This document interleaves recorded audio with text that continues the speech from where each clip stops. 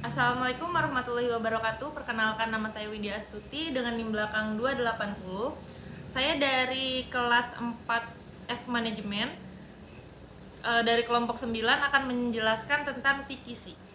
Nah, di sini yang pertama ada pengertian TKC.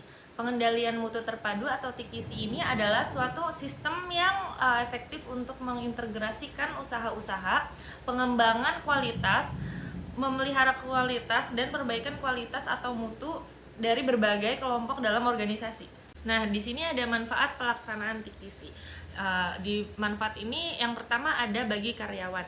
Yang pertama ini meningkatkan kemampuan karyawan dalam melihat, mengenali permasalahan dan mencari alternatif pemecahan. Yang kedua ini ada meningkatkan kemampuan komunikasi dan partisipasi dalam kegiatan kelompok. Dan yang ketiga, membiasakan berpikir secara analisis dengan menggunakan teknik-teknik quality control. Dan yang terakhir, peningkatan daya kreativitas dan peningkatan kepercayaan diri. Selanjutnya ada manfaat bagi perusahaan. Yang pertama ini ada pengembangan perusahaan melalui akumulasi gagasan-gagasan perbaikan. Yang kedua ada meningkatkan daya saing barang atau jasa yang dihasilkan. Dan yang ketiga ada memperbaiki hubungan perusahaan dengan karyawan. Dan yang keempat, partisipasi semua karyawan di dalam membantu terwujudnya tujuan perusahaan. Yang selanjutnya ada manfaat TKC bagi konsumen. Nah, di sini yang pertama itu konsumen akan memperoleh barang atau jasa yang bermutu baik. Yang kedua, konsumen akan mendapatkan kepuasan dari barang atau jasa tersebut. Nah, yang ketiga ini ada konsumen akan memperoleh barang atau jasa yang memenuhi kesehatan dan keselamatan. Yang keempat, konsumen akan menerima barang sesuai dengan pesanannya. Dan yang kelima, pemerintah ini akan mendapat pajak-pajak dari barang atau jasa tersebut. Nah, selanjutnya di sini ada sistem manajemen TKC. Yang pertama ada sistem manajemen. Nah, sistem manajemen ini terbagi beberapa, yaitu pertama ada untuk mengetahui pengertian atau konsep standar dari sistem manajemen seutuhnya. Yang kedua, dapat memilih cara penerapan yang paling tepat dan efektif. Yang ketiga, sistem manajemen memilih tingkat aktivitas sesuai dengan struktur piramidal organisasi. Selanjutnya ini ada kebijakan manajemen. Nah, di sini ada dukungan dari manajer dalam menetapkan kebijakan dan memberi pengarahan. Selanjutnya ada dukungan dari manajer menengah untuk berperan serta dalam TKC. Nah, selanjutnya ada waskat harus diterapkan oleh setiap atasan, submit atau kelompok kerja dengan cara yang benar agar kesalahan dapat diketahui sedini mungkin.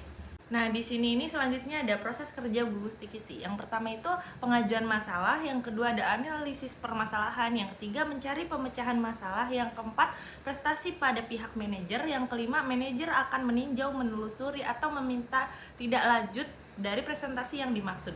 Selanjutnya ini ada pelaksanaan program TKC. Di sini ada dua hal yang harus diperhatikan agar TKC ini dapat berjalan dengan sukses. Yang pertama ini dari sisi karyawan. Di sisi karyawan ini yang pertama ada menciptakan suasana yang cocok, saling memberi informasi dan komunikasi, dijadikannya program sukarela, memberikan pengarahan dan pelatihan, terus juga ada sikap terbuka dan positif, lalu menyediakan waktu, sarana, fasilitas, dan dana. Nah, yang kedua ada sisi manajer. Di sini ada mengajukan dan menjelaskan program TKC kepada puncak pimpinan, terus menjelaskan tujuan dan hasil yang akan dicapai, dan yang ketiga ada mendapatkan dukungan dari puncak pimpinan. Nah, di sini yang kelima ada kendala pelaksanaan program TKC. Yang pertama adalah kendala dari bawahan. Di sini adanya ketidaksetujuan, merasa dimanfaatkan oleh pimpinan, merasa sebagai beban tambahan, lalu adanya sikap mengapa saya harus membantu atau menolong perusahaan. Lalu selanjutnya ada tidak dijalankan atau dilakukannya di tempat kerjanya, tidak adanya waktu untuk berkelompok atau circle gitu ya. Dan selanjutnya di sini nih ada kendala dari atasan. Yang pertama ada atasan tidak mendukung gagasan TKC atau PMT. Dan yang selanjutnya ada sangat sibuk, tidak ada waktu atau kurangnya wewenang yang dimiliki.